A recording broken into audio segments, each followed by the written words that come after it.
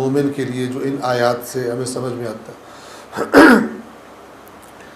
تو اپنی زیادہ تعداد کی وجہ سے، اپنی نسبتاً بہتر دنیاوی زندگی کی وجہ سے ان کا اللہ پر توکل کم ہو گیا تھا، اور ان میں جہاد کے معاملات میں سستی کا غلبہ ہو گیا تھا، نہیں نکل رہے تھے۔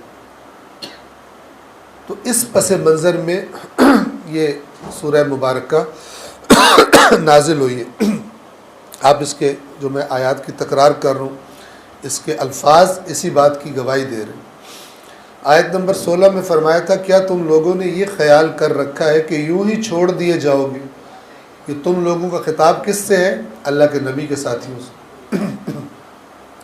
حالانکہ اللہ نے ابھی یہ نہیں دیکھا کہ تم میں سے کس نے جہاد کیا اور کس نے اللہ اور اس کے رسول اور مومنین کے سوا کسی اور کو اپنا بھیدی نہیں بنایا، اور اللہ تمہارے اعمال سے خوب باخبر ہے۔ آیت نمبر 17،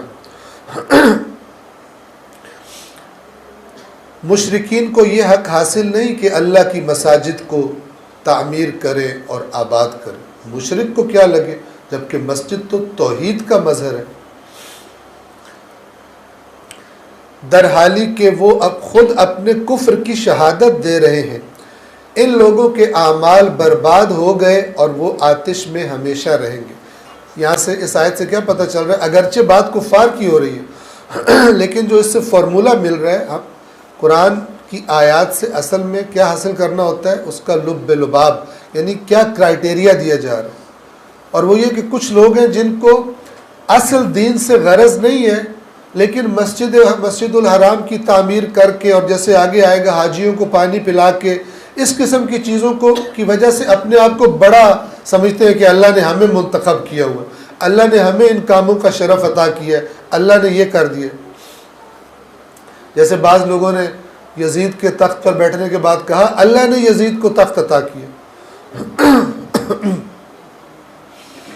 تو اللہ نے فرمایا یہ جو حاجیوں کو پانی پلا رہے ہیں، مسجد کی تعمیر کر رہے ہیں، ان کے اعمال ضائع ہو گئے اور یہ ہمیشہ جہنم کی آگ میں رہیں گے۔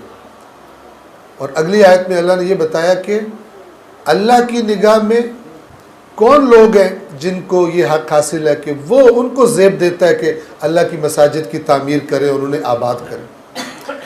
تو فرمایا آیت نمبر 18 میں، اللہ کی مسجدوں کو صرف وہی لوگ آباد کر سکتے ہیں جو اللہ اور روز آخرت پر ایمان رکھتے ہو اور نماز قائم کرتے ہو، نیز زکوٰۃ ادا کرتے ہو اور اللہ کے سوا کسی سے خوف نہ کھاتے ہو۔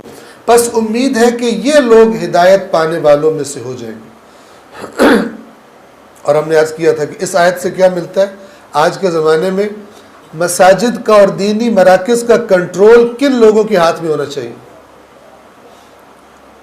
ان کی کوالٹیز یہ ہیں: اللہ اور قیامت پر ایمان، نماز کے خود قائم کرنے والے، یعنی نماز ان کے نزدیک بہت اہم ہو، تبھی وہ کوشش کریں گے کہ اس مسجد میں، اس دینی مرکز میں نماز کا اہتمام کیا جائے، ورنہ جو خود نماز کے بارے میں ڈھیلا، دوسرا کوئی پڑھے نہ پڑھے اسے پرواہ بھی کوئی نہیں ہوگی۔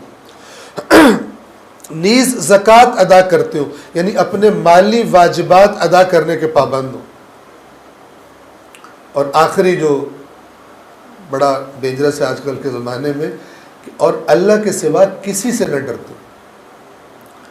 تو جو اللہ کے سوا کسی سے نہیں ڈرتا، تو اس کو سب سے زیادہ اس کی پرواہ ہوتی ہے کہ اللہ کی ناراضگی والا کوئی سٹیپ نہ لے لوں، کوئی اس دینی مرکز میں، اس مسجد میں کوئی ایسا کام نہ ہو جس میں اللہ سے زیادہ میں دنیا کو دیکھ رہا ہوں، اللہ کی رضا سے زیادہ میں پبلک کی رضا دیکھ رہا ہوں، میں کوئی ایسا کام نہ کروں۔ یہ وہی کر سکتا ہے جو سب سے زیادہ اللہ۔ پھر آپ کو پتہ ہے انتظامیہ کے ٹاؤٹ انہی مساجد کی کمیٹیوں میں شامل ہو جاتے ہیں، اور وہ زیادہ جذباتی بن کے یہ کر دیں گے وہ کر دیں گے، اپنے مطلب نکلوا لیتے ہیں۔ کوئی بڑا سٹیپ، کوئی بڑا قدم، کوئی سنجیدہ کام، اس کو ہونے سے پہلے ہی میٹنگز میں ہی اس کو خراب کر دیتے ہیں مختلف طریقوں سے جو انہوں نے اوپر سے سیکھے ہوتے ہیں۔ تو یہ کرائٹیریا ملتا ہے اس آیت سے۔ نماز، اللہ اور قیامت پر ایمان رکھتا ہو، نماز قائم کرتے ہو، زکوٰۃ ادا کرتے ہو، واجبات مالی، وَلَمْ يَخْشَ إِلَّا اللَّهِ، اور نہ ڈرتے ہو سوائے اللہ کے، ان کا حق بنتا ہے، ان کو زیب دیتا ہے کہ اللہ کی مساجد کو آباد کرے اور ان کی تعمیر کرے۔ یہ ہم پڑھ چکے تھے۔ اب ہم آیت نمبر 19 کی طرف آتے ہیں۔ آیت نمبر 19 میں اللہ مشرکین سے خطاب فرما رہا ہے، اور وہ چیزیں مسجد الحرام سے مربوط اور حاجیوں کی خدمت سے مربوط کہ جن کو وہ لوگ سمجھتے تھے یہ بڑا اللہ نے ہمارا اس کے لیے انتخاب کیا، ہمارا بڑا مقام ہے، یہ کام اللہ ہم سے لے رہا ہے، تو اللہ نے اس آیت میں فرمایا کہ بالکل بھی ایسا نہیں سوچو کہ یہ کام کر کے اور اللہ کے اصل دین کو تم اس پر ہو نہیں، اس کو تم مانتے نہیں ہو، تو یہ چیزیں کر کے تم سمجھتے ہو کہ اللہ کے تم بڑے قریب ہو، ایسا نہیں۔ کیا فرمایا؟ اجعلتم سقایت الحاج وعمارت المسجد الحرام، کیا تم لوگوں نے حاجیوں کو پانی پلانا اور مسجد الحرام کی عمارت یعنی اس کی تعمیر کرنا، کیا تم نے اس کو اس کی طرح سمجھ لیا ہے؟ یعنی تم یہ کام کر کے خود کو اس کی طرح سمجھ رہے ہو؟ کمن آمن باللہ والیوم الآخر وجاہد فی سبیل اللہ، کہ تم یہ کام کر کے تم نے سمجھا کہ تم اس کے مقام کے برابر ہو گئے ہو جو اللہ اور یوم آخر پر ایمان لایا ہے اور اللہ کی راہ میں جہاد کرتا ہے، تم اس کے برابر ہو گئے ہو حاجیوں کو پانی پلا کے یا مسجد الحرام میں چندہ دے کے یا کوئی وہاں پر تعمیر کر کے۔ لا یستوون عند اللہ، یہ دونوں گروہ اللہ کے ہاں برابر نہیں، واللہ لا یہدی القوم الظالمین، اور اللہ ظالم قوم کی رہنمائی نہیں کرتا، کہ جو ان ظاہری چیزوں کو اللہ کے اصل دین پر عمل کرنے کا آلٹرنیٹ سمجھ لیں کہ ہم یہ کر رہے ہیں، باقی انہیں پرواہ ہی نہ ہو کہ اللہ کا دین کیا تقاضا کر رہا ہے، بس مجھے اللہ نے چن لیا، میں یہ کر رہا ہوں، میں جناب پانی پلاتا ہوں، میں جناب کھانا کھلاتا ہوں، میں جناب جھاڑو دیتا ہوں، میں جناب یہ کرتا ہوں، اس طرح کی چیزیں، لیکن پریکٹیکل لائف میں دین کی جھلک اس میں نظر نہیں آتی۔ لیکن جب مسجد میں جاتا ہے، میں خاکروب ہوں، ہماری تو حیثیت کو ایسے جملے بول رہے ہوتے ہیں، لیکن ادھر جتنی انکساری دکھا رہے ہوتے ہیں لوگوں کے سامنے، اللہ کے سامنے اللہ کے احکام کے مقابلے میں انکساری نہیں دکھاتے اپنی پریکٹیکل لائف، جو مرضی ہے وہ کرتے۔ تو اس مزاج کو ان آیات نے ٹارگٹ کیا کہ مت سمجھو کہ یہ کام کرنے سے تم ان کے برابر ہو جاؤ گے جو حقیقی مومن ہے اور خدا کی راہ میں کوششیں اور جہاد کرنے والے۔ آیت نمبر 19 کے ترجمے کو میں پڑھ کے یہاں سے تکرار کر رہا ہوں۔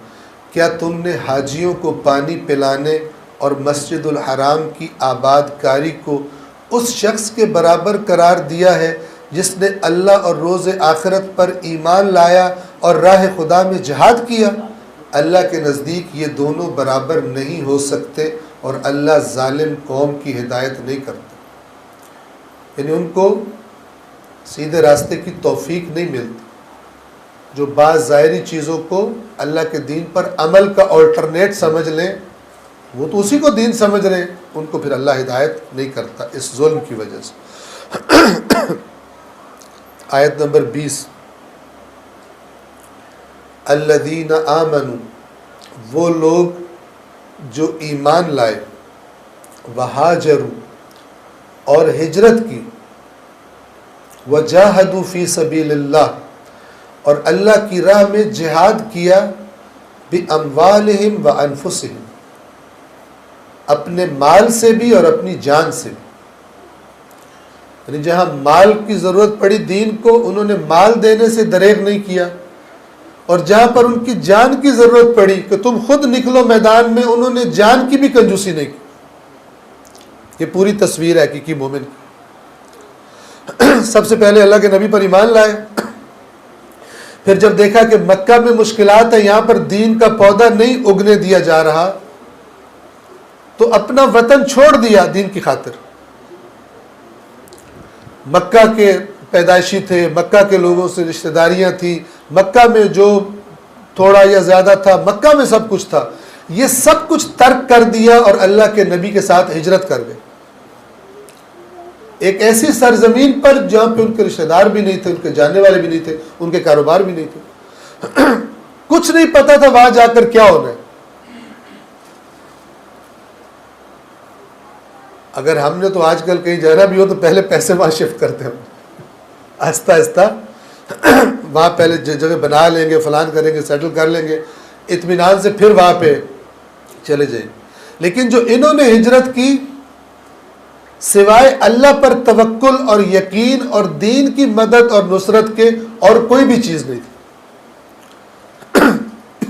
تو لہٰذا اللہ نے فرمایا کہ وہ لوگ جو ایمان لائے اور پھر اس ایمان نے ان سے کیا کروایا، ساری دنیا چھڑوا دی، ہجرت کی، اور یہ قربانی بھی دے کر وہاں چلے گئے، اور پھر وہاں جا کر کیا کیا، وہاں پر اگر کچھ مال ملا وہ بھی جب خدا نے مانگا دینے پر تیار ہو گئے، اور اپنی جانیں بھی خدا کی راہ میں قربان کرنے پر تیار ہو گئے۔ آپ کا کیا خیال ہے کہ چند سالوں میں اسلام نے اتنی طاقت کیسے پکڑی تھی؟ دم درود سے؟ رسول اللہ نے چلا کیا تھا؟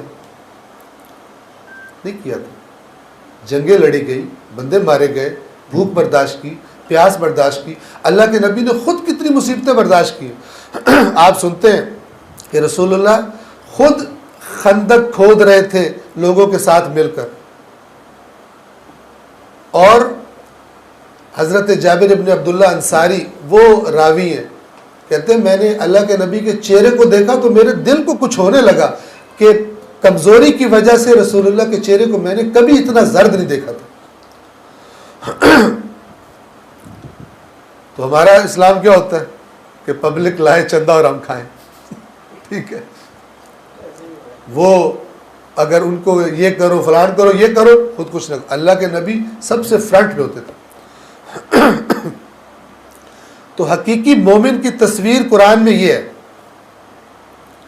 جس نے حقیقی ایمان اپنے اندر جو پیدا کرنا چاہتا ہے، قرآن کی ہدایت کا معنی یہی ہے کہ وہ دیکھے کہ یہ کوالٹیز ہیں میرے اندر۔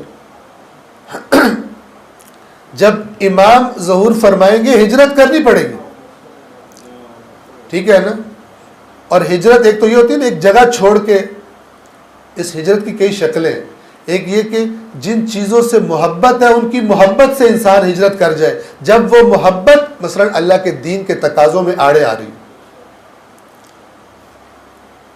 اس سے دل نہ جڑا ہو اتنا کہ انسان پھر ان کے حکم کی تعویلیں شروع کر دے، کل چلا جاؤں گا، پرسوں چلا جاؤں گا۔ فوری طور پر اس ہجرت کے لیے تیار ہو۔ اور یہ یاد رکھیں کہ جو پہلے تیاری نہیں کرتا وہ ٹائم آنے پہ وہ کام کرتا بھی نہیں، کہتے ہیں کر لوں گا، جب امتحان کا ٹائم ہوتا ہے فیل ہو جاتا ہے۔ وہ لوگ جو ایمان لائے اور ہجرت کی اور اللہ کی راہ میں جہاد کیا اپنے مالوں سے اور اپنی جان سے، اعظم درجۃ عند اللہ، ان کا درجہ بہت عظیم ہے اللہ کے ہاں۔ وَأُولَئِكَ هُمُ الْفَائِزُونَ، اور یہی لوگ کامیاب ہونے والے ہیں۔ تم نہیں ہو جو حاجیوں کو پانی پلا کے مسجد بنا کے سمجھ رہے ہو کہ تم یہ ان چیزوں کا آلٹرنیٹ تم نے کر لیا اور تمہارا بڑا مقام ہے اللہ کے پاس۔ آیت نمبر 21، یبشرہم ربہم برحمت منہ ورضوان، خوشخبری دیتا ہے ان کو ان کا رب اپنی طرف سے رحمت کی اور رضوان کی، رضوان یعنی رضا، کہ میں تم سے خوش ہوں، یہ خوشخبری تمہیں دے رہا ہوں کہ میں تمہاری ان صفات سے راضی ہو گیا، تم ویسے ہی ہو جیسا میں تمہیں دیکھنا چاہتا ہوں، جیسا مومن میں چاہتا ہوں۔ اور خوشخبری دیتا ہے کس کی؟ وجنات، اور جنتوں کی، لہم فیہا نعیم مقیم، ان کے لیے ان جنتوں میں ہوں گی ایسی نعمتیں، مقیم سے مراد ہے یعنی ہمیشہ رہنے والی۔ ہم کہتے ہیں فلاں بندہ یہاں پہ مقیم ہے، اس کے مقابلے میں کیا کہتے ہیں؟ مسافر ہے۔ مقیم یعنی جو قیام پذیر ہے، نعیم مقیم، کہ ایسی نعمتیں ہوں گی کہ جو پھر واپس نہیں لی جائیں گی، جن پہ زوال نہیں آئے گا بلکہ وہ دائمی ہوں گی۔ اور آیت نمبر 22 میں مزید تاکید کر دی، خالدین فیہا ابدا، خالدین کا معنی بھی ہمیشہ ہوتا ہے اور ابداً اس کی تاکید ہے، ان میں ہمیشہ ہمیشہ رہیں گے۔ ان اللہ عندہ اجر عظیم، یقیناً اللہ کے پاس عظیم اجر ہے۔ اب یہ جو ادھر لکھا ہوا ترجمہ ہے میں یہاں سے پڑھ کر آپ کی خدمت میں بیان کرتا ہوں۔ یہ پہلے جب میں آیت پڑھتا ہوں عربی تو اس کے لفظوں کا لفظ بہ لفظ ترجمہ کرتا ہوں، اور اس کے بعد مکمل کرنے کے بعد پھر یہاں سے یہ تفسیر کوثر ہے قبلہ شیخ محسن علی نجفی کی، ان کا ترجمہ یہاں سے پڑھتا ہوں۔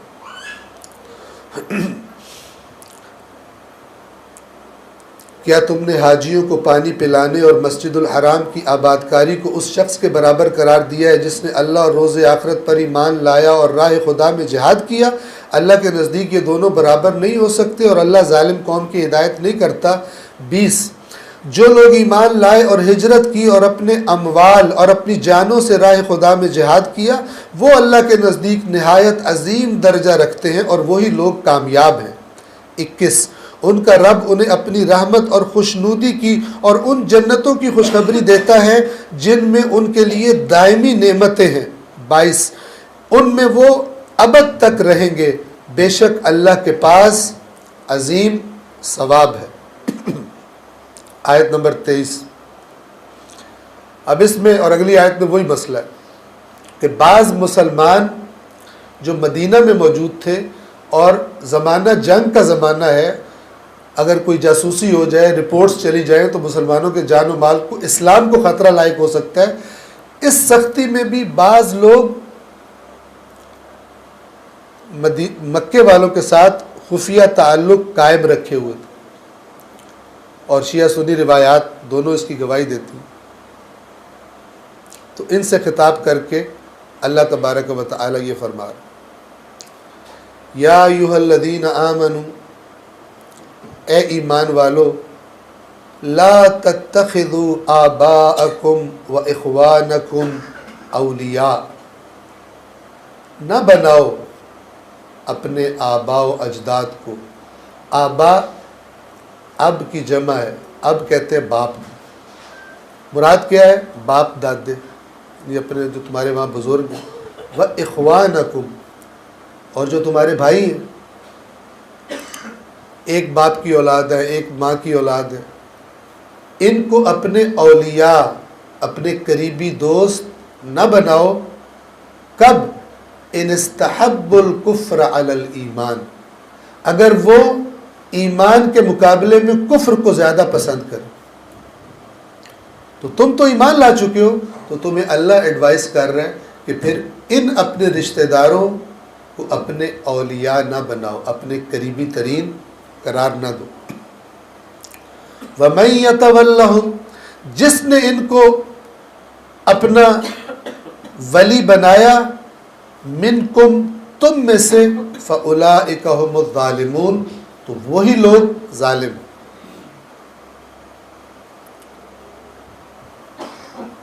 اے ایمان والو، تمہارے آبا اور تمہارے بھائی اگر ایمان کے مقابلے میں کفر کو پسند کریں تو انہیں اپنا ولی نہ بناؤ، اور یاد رکھو کہ تم میں سے جو لوگ انہیں ولی بنائیں گے بس ایسے ہی لوگ تو ظالم ہیں۔ آیت نمبر 24 بہت ہی توجہ سے سنیے گا۔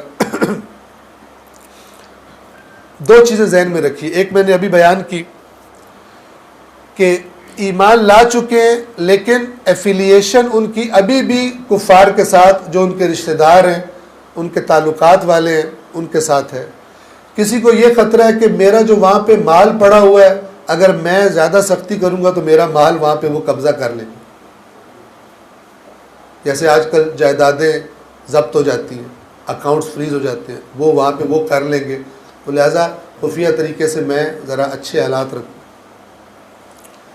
اچھا، کچھ لوگ ایسے بھی تھے کہ جو وہاں سے ہجرت کر کے آ گئے تھے اور ان کی بیوی بچے جو تھے وہ کافر ہی رہے، وہ نہیں آئے۔ اب چونکہ بیوی اور بچے ان کے ادھر کفار کے رحم و کرم پہ تھے، تو یہ ایمان لانے کے بعد بھی کفار کے ساتھ ذرا سیٹنگ بنائی ہوئی تھی تاکہ کافر بیوی بچوں کا بھی یہ لوگ خیال رکھیں۔ ایک تو یہ مسئلہ تھا، اور دوسرا مسئلہ یہ تھا کہ جب اللہ کے نبی جہاد کے لیے بلاتے تھے تو بعض لوگ کہتے تھے مثلا فصلیں ہماری تیار ہیں. یہ آیات جب اتری ہیں تو ایک حصہ سورہ توبہ کا جو ابھی بعد میں آنے والا حصہ ہے وہ اس وقت نازل ہوا ہے جب اللہ کے نبی نے تبوک جنگ تبوک کا اعلان کیا تھا. رومی لشکر کے جو اس وقت کی سپر پاور تھی وہ اسلامی جو سرزمین تھی اس کی سرحدوں پر آ گئے تھے اور انہوں نے تھریٹ کیا تھا. تو اللہ کے حکم سے اللہ کے نبی نے اعلان کیا کہ ہم انتظار نہیں کریں گے کہ وہ آگے آئیں بلکہ ہم وہاں جا کے ان سے جنگ لڑیں گے. اب جب یہ غزوہ تبوک کا اعلان ہوا تو کئی پرابلم اکٹھے ہو گئے لوگوں کے لیے جس کی وجہ سے لوگوں کا جانے کا دل نہیں کر رہا تھا. اور سورہ توبہ کی اگلی بہت ساری آیات اسی مسئلے کو ٹارگٹ کرتی ڈسکس کرتی. اور وہ کیا تھا؟ ایک تو گرمی بہت تھی، یعنی وہ علاقہ ویسے ہی گرم ہے، ادھر بھی شدید گرمی کا موسم تھا ایک. دوسرا جو آگے فوج تھی وہ بہت طاقتور تھی تو منافق وغیرہ کہہ رہے تھے یہ تو سیدھی سیدھی خودکشی ہے، یہ کوئی جنگ شنگ تو ہے کوئی نہیں، اللہ کے نبی بھی بادشاہ ہیں کہہ تو دیا ہے لیکن یہ تو سیدھا سیدھا مرنا ہے جا کر. یہ ایک فیکٹر تھا. ایک اور فیکٹر یہ تھا کہ کھجوروں کے جو باغ تھے جن لوگوں کے تھے وہ فصل بالکل تیار تھی، ان کو اتارنے کا ٹائم تھا. کون سا بزنس مین جو ہے اس ٹائم چھوڑ کے چلا جائے کہ سارا سال جو انتظار کیا ہے وہ اب اتارنے کا ٹائم ہے، اس کو چھوڑ کے جنگ پہ چلے جائے. تو یہ بہت سارے فیکٹر جمع ہو گئے تو اللہ نے اس آیت میں ہر چیز کو ٹارگٹ کیا. اور آپ دیکھیں کن الفاظ میں ٹارگٹ کیا، یعنی جب دین پہ مشکل ٹائم ہو اور تمہیں پکارا جا رہا ہے کہ اللہ کی راہ میں نکلو تو یہ چیزیں ان کی وجہ سے تمہارا دل نہیں کر رہا نکلنے کا. تو اگر یہ چیزیں تمہیں زیادہ پیاری ہیں تو پھر اللہ کی بات بھی سن لو اور اسے پلے باندھ دو. سورہ توبہ کی آیت نمبر 24. قل اے رسول کہہ دیجئے ان کان آباؤکم اگر تمہارے آباء و اجداد و ابناؤکم اور تمہارے بیٹے، عربوں کو بیٹیاں بالکل اچھی نہیں لگتی تھی اس لیے بیٹوں کا ذکر، اور تمہارے بیٹے و اخوانکم اور تمہارے بھائی و ازواجکم اور تمہاری بیویاں و عشیرتکم اور تمہاری برادری تمہارے رشتہ دار و اموال اقترفتموها اور وہ مال جن کو تم نے جوڑا ہے جمع کیا ہے، تمہاری سیونگز، تمہارے مال جو تم نے اکٹھے کیے، وَتِجَارَةٌ تَخْشَوْنَ كَسَادَهَا اور وہ تجارت جس میں گھاٹے سے تمہیں بڑا ڈر لگتا ہے کہ میرا بزنس نہ خراب ہو جائے، میری تجارت نہ نیچے آ جائے، وَمَسَاكِنُ تَرْضَوْنَهَا اور تمہارے وہ گھر جن کو دیکھ کے خوش ہوتے ہو تم، کیا زبردست ہے وہ تمہارے گھر، یہ تمام چیزیں احب الیکم اگر یہ تمہیں زیادہ ان سے محبت ہے کس کے مقابلے میں؟ من اللہ و رسولہ اللہ اور اس کے رسول سے تمہیں زیادہ ان سے محبت ہے، وجہاد فی سبیلہ اور اللہ کی راہ میں جہاد سے زیادہ تمہیں یہ چیزیں پیاری ہیں. تمہیں لگ رہا ہے کہ جہاد پہ گیا تو یہ کیا بنے گا ان چیزوں کا، فتربصوا تو پھر انتظار کرو، حتی یأتی اللہ بامرہ انتظار کرو یہاں تک کہ اللہ اپنے عذاب کا حکم صادر فرمائے. اب اس آیت پہ آپ غور فرمائیں کہ خداوند عالم کا کیا تقاضا ہے. مومن کو جب دین تقاضا کرے تو اس کے اندر کیا چیز ہونی چاہیے کہ ان میں سے کوئی بھی چیز، آباء و اجداد، بیٹے، بھائی، بیویاں، رشتہ دار، جمع کیا ہوا مال، بزنس، تجارت جس کی خرابی سے ڈر لگتا ہے، نقصان سے، اور وہ گھر جو بہت ہی انسان جن کو دیکھ کے بڑا خوش ہوتا ہے، یہ اگر تمہیں اللہ سے اور اللہ کے رسول سے اور اللہ کی راہ میں جہاد سے زیادہ پیارے ہیں، فَتَرَبَّصُوا حَتَّى يَأْتِيَ اللَّهُ بِأَمْرِهِ تو پھر انتظار کرو یہاں تک کہ اللہ اپنا حکم صادر فرمائے. یہ جو لفظ ہے نا تربصوا، یہ ایک خاص قسم کے انتظار کو کہتے ہیں، تربص. ایک دفعہ بندہ انتظار کر رہا ہے لیکن انتظار کسی نارمل سی چیز کا ہے، کوئی بہت امپورٹنٹ، کوئی ایسی نہیں جس سے ڈر لگ رہا ہو یا کوئی بہت بڑی خبر ہو. اور ایک دفعہ انتظار ہوتا ہے کہ بندہ انتظار کر رہا ہے کہ کون سا حادثہ پیش آنے والا، اسے کہتے ہیں تربص۔ تو یہاں اللہ نے وہ لفظ استعمال کیا، تو پھر اللہ تمہارے لیے کس عذاب کا حکم صادر کرتا ہے اس کا ویٹ کرو، یعنی ہونا تمہارے ساتھ کچھ نہ کچھ۔ اللہ نے پھر برا فیصلہ، یہ خطاب کن سے؟ اللہ کے رسول کے ساتھیوں سے۔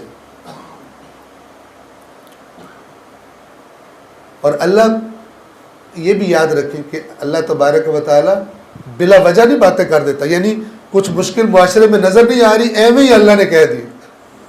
یہ پرابلم پیش آ رہی تھی، لوگ جہاد پر جانے سے سستی کر رہے تھے، گھروں کو چھوڑنے سے سستی کر رہے تھے، فصلیں کٹنے والی سستی کر رہے تھے۔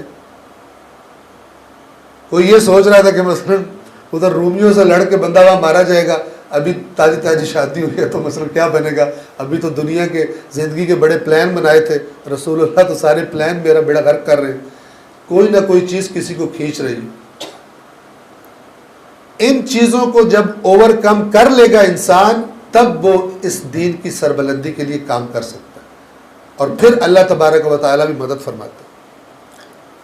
اور آپ ان آیات کو ہم اپنے زمانے میں تطبیق کریں، کس اعتبار سے؟ اس لیے کہ جب امام ظہور فرمائیں گے، ایک صلوات پڑھیے امام کی ذات اقدس پر،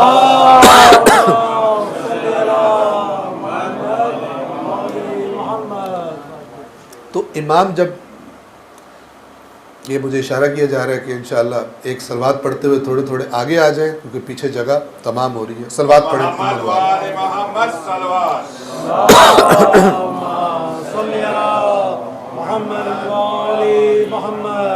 بلائے خشود امام زمانہ علیہ السلام بآواز بلند صلوات۔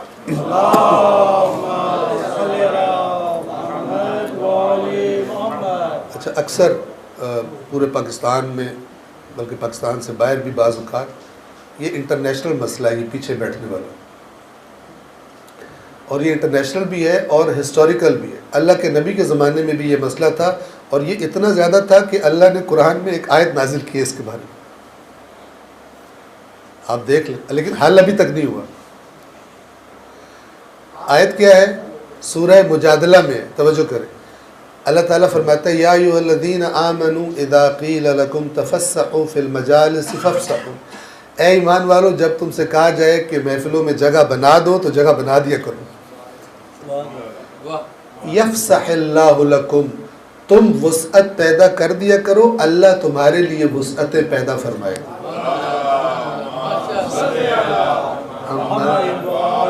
تو آپ دیکھیں کہ کتنا پرانا مسئلہ ہے یہ، لیکن اسی طرح ہے، انسان پریفر کرتے ہیں کہ میں آؤں اور وہیں پر ایسا لگتا ہے آگے کوئی کچھ کر دے گا، ٹھیک ہے نا؟ جیسے وہ لکھا ہوتا ہے نا گاڑی بسوں میں وغیرہ میں پہلے فرنٹ سیٹ پہ سونا منع ہے، تو لوگ پھر وہ جس نے سونا وہ کہتا ہے میں پیچھے ہی بیٹھوں، مثال کے طور پہ آگے فرنٹ سیٹ پر نہ بیٹھوں۔ تو نظم و ضبط کا تقاضا تو یہ ہوتا ہے کہ انسان جب آئے تو دیکھے کہ سب سے بہترین کیا طریقہ ہے، تو میں زیادہ جگہ کور نہ کروں، ایسے ہی آ کے اس جگہ پہ بیٹھوں جہاں پر لوگ ترتیب سے پھر پیچھے آ کر بیٹھتے جائیں۔ بہرحال صلوات پڑھیے محمد وعلی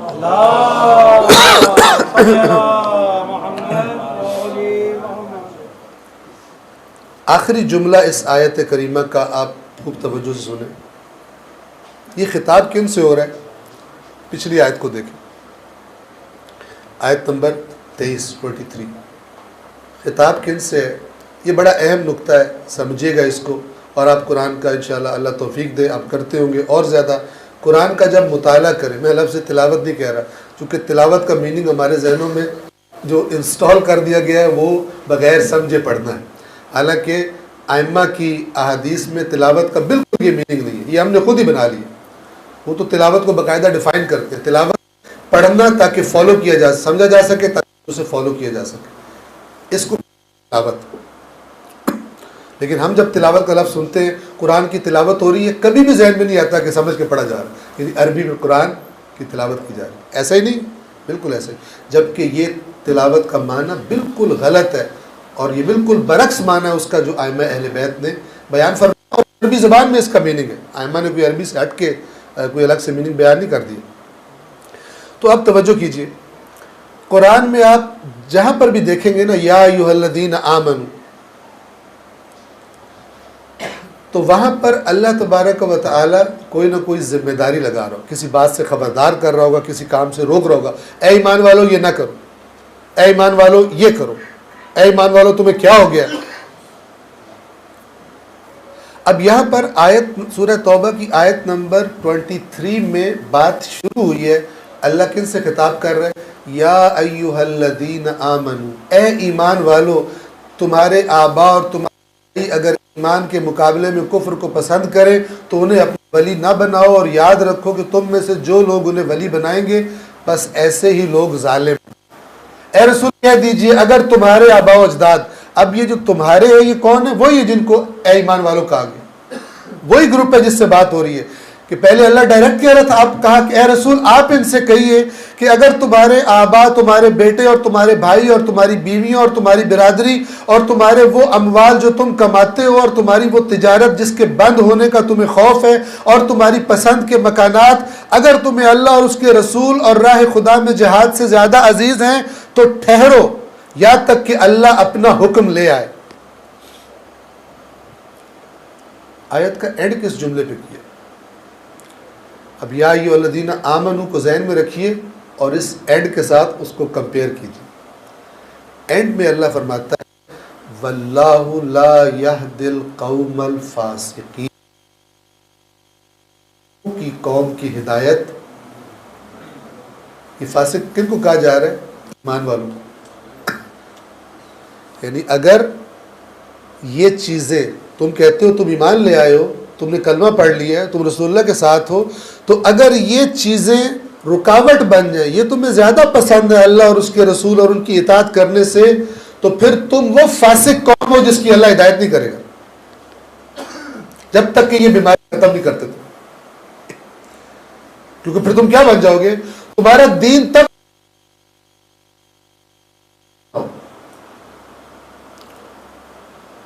جب تک ان چیزوں کو تھریٹ نہیں ہے تمہارا دین ہے، جیسے ان چیزوں میں سے کسی کو تھریٹ آئی تو میں دین بھول جائے۔ ہم دیکھیں ہم کس طرح کرتے۔ اللہ فرماتا ہے اللہ کے لیے سچی گواہی دو چاہے تمہارے اپنے خلاف ہو۔ کون بندہ جو اپنے خلاف گواہی دیتا؟ خود کہ میں نے کیا ہوا، وہ تو بھاگ دوڑ کر کے پتہ نہیں کیا کیا وہ کر دیتا۔ اچھا، یا اپنے تمہارے والدین کے خلاف ہو، جس اللہ نے کہا تھا والدین کا احترام اف تک نہیں کہنا، ادب سے کھڑے ہونا ہے، اب وہی کہہ رہا ہے اگر انہوں نے کوئی جرم کیا ہے اور گواہی تمہارے پاس ہے ان کے خلاف گواہی دو۔ او عشیرت، یا تمہارے رشتہ دار ہو ان کے خلاف گواہی دو۔ لیکن ہمارا اگر دین ہو بھی تو وہاں تک چلتا ہے جہاں تک یہ چیزیں آڑے نہ آ جائیں، وہاں دین کی باؤنڈری لائن آ جاتی ہے، وہاں دین کو ذرا ویٹ کراؤ، پہلے کام کر لو، پھر اللہ غفور الرحیم میں توبہ کریں گے، کوئی دیکھ پکا دیں گے، نیاز کی فلان سفر کر دیں گے، معاف ہو جائے گا۔ اپنا مطلب کر لیتے ہیں، سیدھی انگلی سے نکلے تو بھی، ٹیڑھی انگلی سے نکلے تو بھی، کرنے کے بعد پھر ہمارے پاس ہزار طریقے ہیں بخشوانے کے۔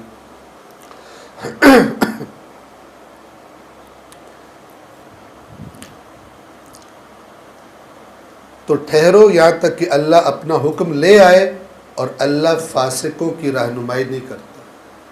یعنی تم اگر ایمان والے ہو تو پھر یہ چیزیں، ان سب سے زیادہ تمہیں اللہ رسول اور اللہ کی راہ میں جہاد یہ عزیز ہونا چاہیے۔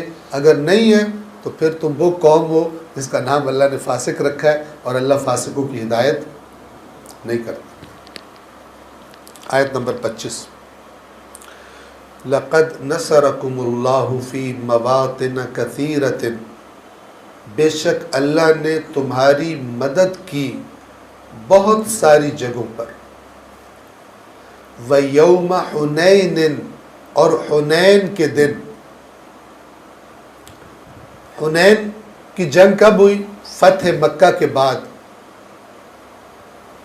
ثقیف اور حوازن یہ دو بڑے قبیلے تھے، تو ان کی طرف سے تھریٹ تھا کہ یہ تیاری کر رہے ہیں حملہ کرنے کے لیے، تو اللہ کے نبی نے فرمایا ان سے جہاد۔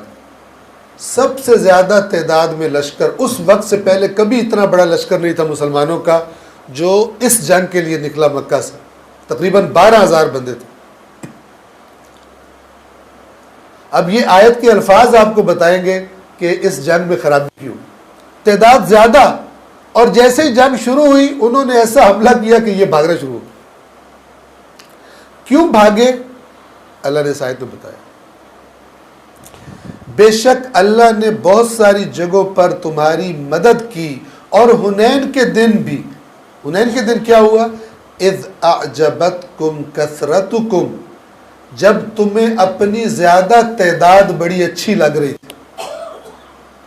آج تو ہم زیادہ ہیں، آج تو مسئلہ ہی کوئی نہیں، ہم تو تھوڑے ہوتے تھے تو یہ کر دیتے تھے، آج تو بہت زیادہ ہے، آج تو ہم حتماً جنگ جیتیں گے۔ جب تمہاری کثرت تمہیں بڑی بڑی بھلی معلوم ہو رہی تھی، فلم تغن، تمہاری کثرت تمہارے کسی کام نہ آئی۔ وَضَاقَتْ عَلَيْكُمُ الْأَرْضُ بِمَا رَحُبَتْ، اور زمین تم پر تنگ پڑ گئی اپنی وسعتوں کے باوجود، تمہارے لیے چھوٹی ہوگی زمین، یعنی تمہیں بھاگنے کی جگہ نہیں مل رہی تھی، کہاں فرار کرو۔ ثُمَّ وَلَّيْتُمْ مُدْبِرِينَ، اور پھر تم پیٹھ پھیر کر بھاگنے لگے، تم نے میدان جنگ سے پشت کر لی تھی۔ یہ جنگ حنین کے شروع ہوتے ہی یہ کیفیت ہوئی، ایسی بھگدڑ مچی، ایسا حملہ کیا ان لوگوں نے کہ مسلمانوں کا لشکر تتر بتر ہو گیا، منتشر ہو گیا، سب بھاگ رہے تھے، یہاں تک کہ اللہ کے نبی کے آس پاس تقریباً 9 لوگ رہ گئے تھے۔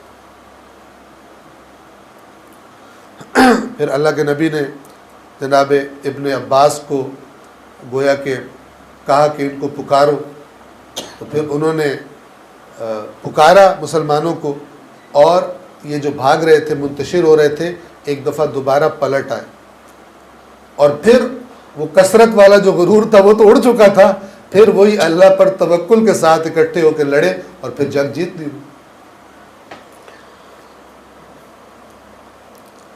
آیت نمبر 26، ثم انزل اللہ سکینتہ علی رسولہ وعلی المؤمنین، پھر اس کے بعد اللہ نے اپنا سکینہ یعنی سکون، جو دل میں پریشانی آ گئی تھی، ٹینشن آ گئی تھی، ڈر آ گیا تھا، اللہ نے تمہارے دلوں پر اپنا سکینہ نازل کیا۔ پھر اللہ نے اپنا سکون نازل کیا علی رسول ہی، اپنے رسول پر، وعلی المؤمنین، اور صاحبان ایمان پر، وانزل جنودا لم تروها، اور ایسے لشکر اتارے اس میدان میں جن کو تم نے نہیں دیکھا، وعذب الذین کفروا، اور پھر سزا دی اللہ نے ان کو جنہوں نے کفر اختیار کیا تھا، یعنی کافروں کو، وذالک جزاء الکافرین، اور کافروں کی یہی جزا ہے۔ آیت نمبر 27، ثم یتوب اللہ من بعد ذلک علی من یشاء، پھر اس کے بعد اللہ جس کے بارے میں چاہتا ہے اس کی توبہ کو قبول کر لیتا ہے۔ یعنی غلطیاں ہوتی ہیں، مسلمانوں سے کئی غلطیاں ہوئی ہیں، احد میں غلطی ہوئی، حنین میں ہو گئی، اسی طرح جب تبوک کے لیے بلایا جا رہا تھا، نہیں جانے کو بہت سارے لوگ تیار ہو رہے تھے، پھر اللہ فرماتا، یہ جو اللہ تعالیٰ فرماتا ہے نا کہ جسے چاہتا ہے اس کی توبہ قبول کرتا ہے، یہ اللہ کی مشیت، یہ کوئی بے قانون چیز نہیں ہے۔ کس کی توبہ قبول فرماتا ہے؟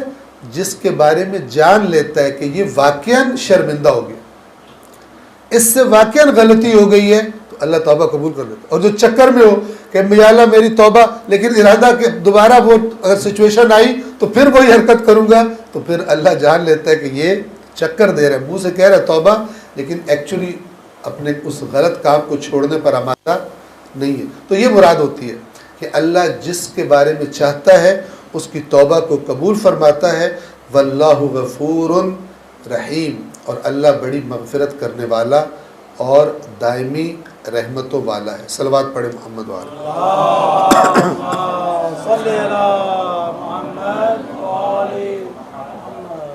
بعض لوگوں کے واقعات ملتے ہیں جن سے جنہوں نے غلطی بھی کی اور غلطی بھی بہت بڑی کی۔ ایک اللہ کے نبی کے صحابی ہیں جن کا نام ہے نضر ابن حارث، نون ضاد اور رے، نضر ابن حارث۔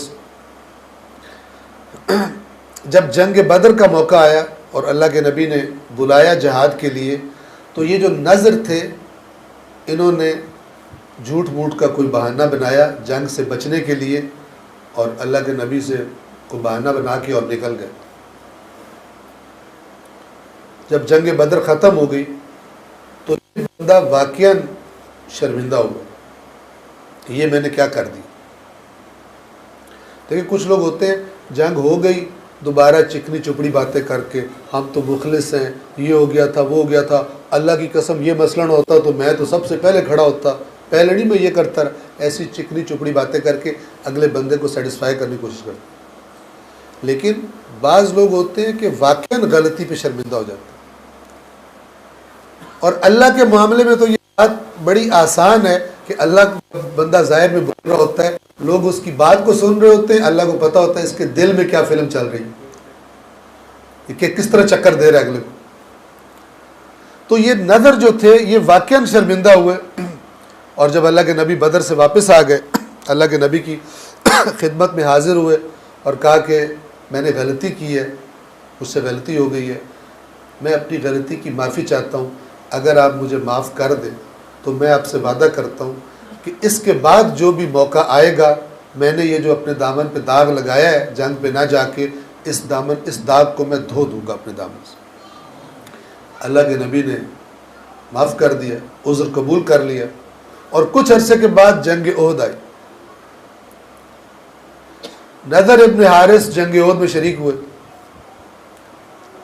جب مسلمانوں میں بھگدڑ مچی، جو معروف واقعہ ہے، جنگ سے میدان سے بھاگنا شروع کیا، تو یہ نضر ابن حارث ان لوگوں میں تھے جو بھاگتے ہوئے کو روک روک کے کہہ رہے تھے کہ ادھر کدھر جا رہے ہو، جنت تو اس طرف ہے، یعنی ادھر دشمنوں کا لشکر ہے، جنت ادھر ہے اور تم ادھر کیوں بھاگ رہے ہو۔ اور یہ میدان سے نہیں بھاگے، اور جنگ میں لڑتے رہے شہید ہو گئے، شہید ہوئے، جنگ ختم ہوئی، اور مسلمانوں کے 72 تقریباً شہید تھے اس جنگ میں، اس ایک غلطی کی وجہ سے جو انہوں نے کر دی تھی تیر اندازوں نے، اور وہ بھی مال غنیمت کی لالچ میں۔ تو اب ہر جو لوگ تھے اپنے اپنے رشتہ داروں کو، اپنے اپنے شہداء کو ڈھونڈ رہے تھے، ان کی لاشوں کو۔ تو ایک مرتبہ اللہ کے رسول نے فرمایا کہ مجھے اس طرف سے، ایک طرف اشارہ کیا اور کہا مجھے اس طرف سے جنت کی خوشبو آ رہی ہے، اور پھر اپنے کچھ ساتھیوں کے ساتھ اللہ کے نبی اس طرف چلے، تو ایک ٹیلے کے پیچھے گئے تو وہاں پہ رک گئے، اور وہاں پر نضر ابن حارث کی ٹکڑے ہوئی لاش پڑی ہوئی، ان کے لاش کے ٹکڑے تھے، پورا بدن زخموں سے بھرا ہوا تھا، اور بہرحال بری حالت تھی بدن کی۔ اللہ کے نبی نے فرمایا نضر نے جو وعدہ کیا تھا اس نے پورا کر لیا۔ تو جو واقعا نادم ہوتا ہے پھر اس کو اللہ جب موقع دے تو وہ اپنا پچھلے داغ دھو دیتا ہے، اور جو چکر دینے وہ پھر ہر بار کوئی نہ کوئی چکر دے کر سمجھتا ہے میرے جیسا سمارٹ بندہ ہی کوئی نہیں، ہر دفعہ بہانہ بناتا ہوں اور چکر دے کے نکل جاتا ہوں، سیٹنگ بھی میری ویسی ہی رہتی ہے ان کے ساتھ، اور اپنا مطلب بھی میرا پورا ہو جاتا ہے۔ تو اس لیے اللہ فرماتا ہے کہ پھر اللہ جس کو چاہتا ہے ان غلطیوں کے بعد، جسے چاہتا ہے اس کی توبہ قبول کرے۔ ظاہر میں تو سارے ہی توبہ کر رہے ہوں گے، ہم سے غلطی ہوگی، لیکن کون دل سے کر رہا ہے اور کون دوبارہ بھی چکر دے گا، یہ دیکھ کے، چونکہ علیم بذات الصدور ہے، تو اس کے مطابق پھر کس کی توبہ قبول کرنی، کس کی توبہ قبول نہیں کرنی۔ یہ ماہ مبارک رمضان ہے، ابھی شب قدر آئیں گی، سب انشاءاللہ مثلاً اعمال کریں گے، دعائیں پڑھیں گے، قرآن سر پہ رکھیں گے، توبہ کریں گے، استغفار کریں گے۔ یتوب اللہ علی من یشاء، اللہ جس سے چاہتا ہے اس کی توبہ قبول کرتا ہے۔ کیوں؟ دیکھتا ہے یہ جو لگا ہوا قرآن سر پہ رکھ کے اس نے واقعاً شرمندہ ہو گیا کہ میں نے یہ نافرمانی کی اور اب میں نہیں کروں گا، میں سر پہ قرآن رکھ کے اپنے ائمہ کے ناموں کے واسطے دے کے میں اللہ سے معافی مانگ رہا ہوں۔ زبان تو اس کی چل رہی ہے، دل میں کیا فلم چل رہی ہے؟ دل بھی زبان کے ساتھ ہے، اللہ توبہ قبول کر لے، لیکن اگر دل کو زبان کے ساتھ نہیں پاتا تو اصل تو وہ ہوتا ہے جو دل میں ہوتا ہے، اصل وہ نہیں ہوتا جو زبان پہ ہوتا ہے۔ زبان کی بات میں تب اثر آتا ہے اللہ کی بارگاہ میں جب دل زبان کے ساتھ ہو، اور اگر دل زبان کے ساتھ نہ ہو، دل کسی اور چکر میں ہو، اور زبان بڑے بہترین جملے بول رہی ہو، ائمہ کے سکھائے ہوئے جملے بول رہی ہو، اما یجیب المضطر بول رہی ہو، اس کا اثر نہیں ہوتا جب تک دل انسان کا زبان کے ساتھ نہیں ہوتا. یعنی جو زبان سے کہہ رہا ہے دل میں بھی وہی چیز ہوتی ہے اس کو. صلوات پڑھیں محمد والا.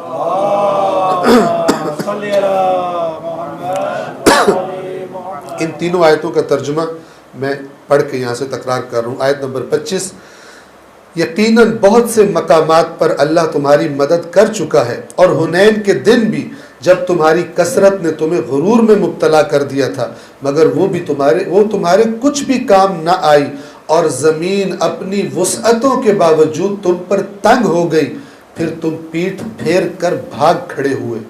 26، پھر اللہ نے اپنے رسول پر اور مؤمنین پر اپنی تسکین نازل فرمائی، اور تمہیں نظر نہ آنے والے لشکر اتارے، اور کفار کو عذاب میں مبتلا کر دیا، اور کفر اختیار کرنے والوں کی یہی سزا ہے.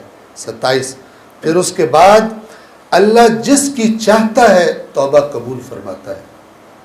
یعنی ہر وہ جو توبہ کر رہا ہے ضروری نہیں ہے کہ توبہ اللہ قبول بھی کر رہا ہو. پھر اس کے بعد اللہ جس کی چاہتا ہے توبہ قبول فرماتا ہے، اور اللہ بڑا بخشنے والا اور رحم کرنے والا ہے. لیکن اس کے قواعد و ضوابط ہیں، دیکھتا ہے اور پھر اپنی رحمتیں اس پر نازل فرماتا ہے، اس کو عطا فرماتا ہے. آیت نمبر 28 ہے. یہ وہ آیت ہے کہ جو اعلان کرنا تھا مشرک. صلوات پڑھیے.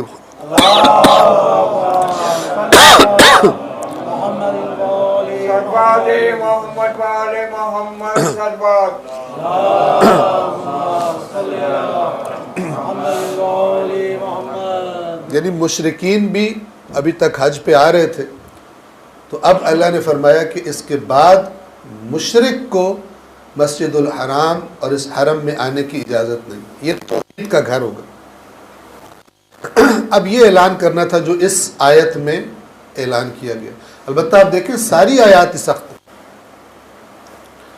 تو آیت نمبر 28 میں اس طرح فرمایا، یا ایہا الذین آمنوا، اے ایمان والو، انما المشرکون نجس، مشرکین تو بس نجس، فلا یقرب المسجد الحرام بعد عامہم ھذا، پس وہ مسجد الحرام کے قریب نہ جائیں اس سال کے بعد. یہ آخری سال ہے ان کا جو یہ آ گئے ہیں حرم میں اور یہ حج کر رہے ہیں. اس کے بعد مشرکین مسجد الحرام میں بین ہے، یہ نہیں آ سکتے.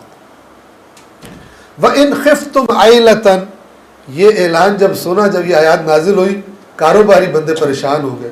اتنے گاہک آتے ہیں، وہ تو سارے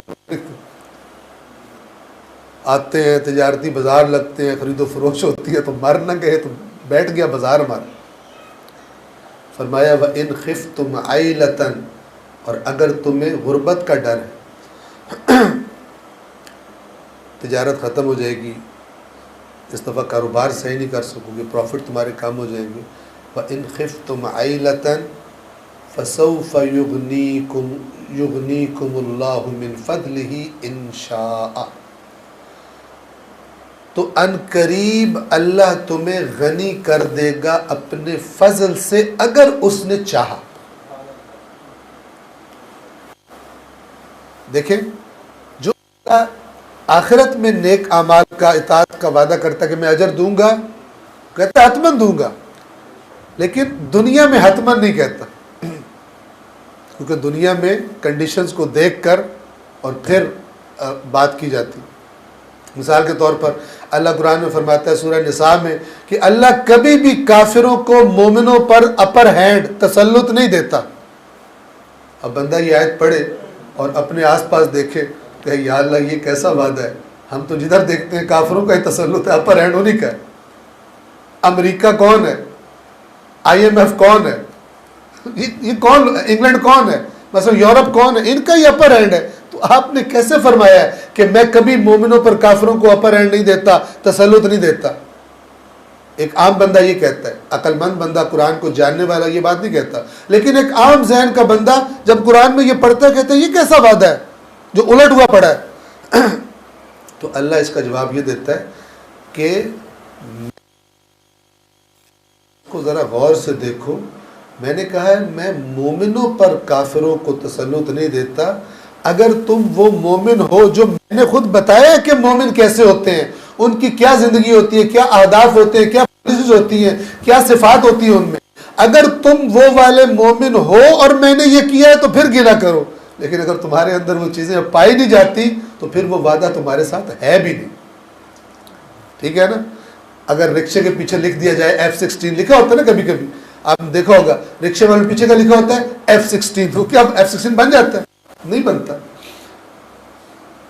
اب کوئی بندہ اس کو F-16 پڑھ کے اس کو لکھ کے سمجھے کہ اب یہ اڑنے لگے گا اور اب یہ پتہ نہیں جا کے میزائل مارے گا کہیں پر، تو بے وقوف ہے. یہ لکھا F-16 ہوا ہے لیکن یہ اڑتا نہیں، یہ F-16 ہے ہی نہیں، اس نے صرف لکھ لیا اپنا شوق پورا کیا. ورنہ F-16 کی شکل بھی ایسی نہیں ہوتی، اس کا انجن بھی ایسا نہیں ہوتا، اس کی پوری حقیقت ہی اور ہوتی.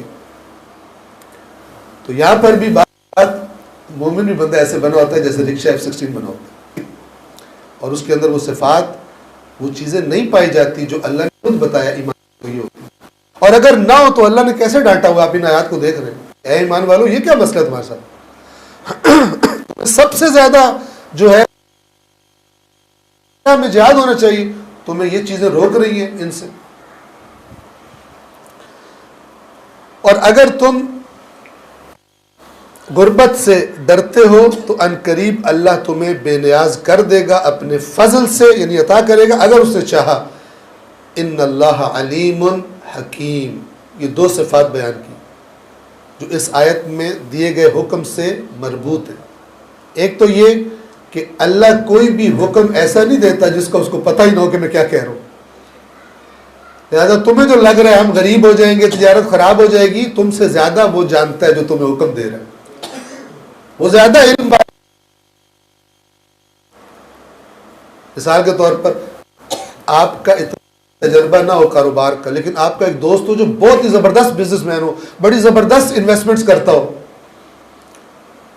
تو وہ آپ سے کہے نا فلان جگہ پہ انویسٹ کر دیں، آپ چیک کریں تو آپ دیکھیں کہ وہ گھاٹے میں جا رہا ہے، وہ کمپنی گھاٹے میں جا رہی ہے. آپ کہیں یار بادشاہ بندہ ہے، تو مجھے وہاں لگانے کا کہہ رہا ہے جو کمپنی گھاٹے میں جا رہی ہے. وہ آگے سے کہے گا میں علیم، میں جانتا ہوں، تو صرف ظاہر کو دیکھ رہا ہے، مجھے پیچھے پوری سٹوری پتہ ہے، لہٰذا تجھے میں کہہ رہا ہوں تو انویسٹ کر دے. اب جو بندہ جاہل ہے وہ اپنے عالم اس دوست کی کہ جو مخلص بھی ہے اس کی بات مان لے گا اگرچہ اس کو سمجھ نہ آ رہی. ایسا کرے گا نہیں کرے گا؟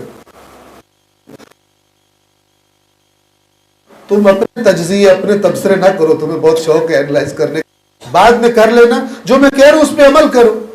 علیم، تمہیں وہ کہہ رہے ہیں جو خوب علم رکھتا ہے، اور حکیم، وہ دانا ہے، وہ بڑا سمجھدار ہے، وہ تمہیں بغیر حکمت کے کوئی حکم نہیں دیتا. تمہیں عارضی طور پہ برا لگ رہا ہے جبکہ اس میں اللہ نے تمہارے لیے بہت ساری خیر رکھ دی. یہ پوری سرزمین اللہ تمہیں دے دے گا، اور آپ دیکھ لیں جیسے بھی کھا رہے مکے والے کے نہیں کھا رہے. آیا مشرکین کا وہاں پر آنا بند کرنے کے بعد مکے والے بھوکے ہو گئے؟ ان اللہ علیم حکیم. اس آیت کے ترجمے کو تکرار کر کے اسی آیت پر آج کے درس کو انشاءاللہ تمام کر رہے ہیں، کل اس کو آگے جاری رکھیں گے. اے ایمان والو، مشرکین تو بلا شبہ ناپاک ہیں، لہٰذا اس سال کے بعد وہ مسجد الحرام کے قریب نہ آنے پائیں، اور اگر مشرکین کا داخلہ بند ہو جانے سے تمہیں غربت کا خوف ہے تو اس کی پرواہ نہ کرو، اگر اللہ چاہے تو جلد ہی تمہیں اپنے فضل سے بے نیاز کر دے گا، یقیناً اللہ بڑا جاننے والا حکمت والا ہے. صلوات پڑھے محمد والا.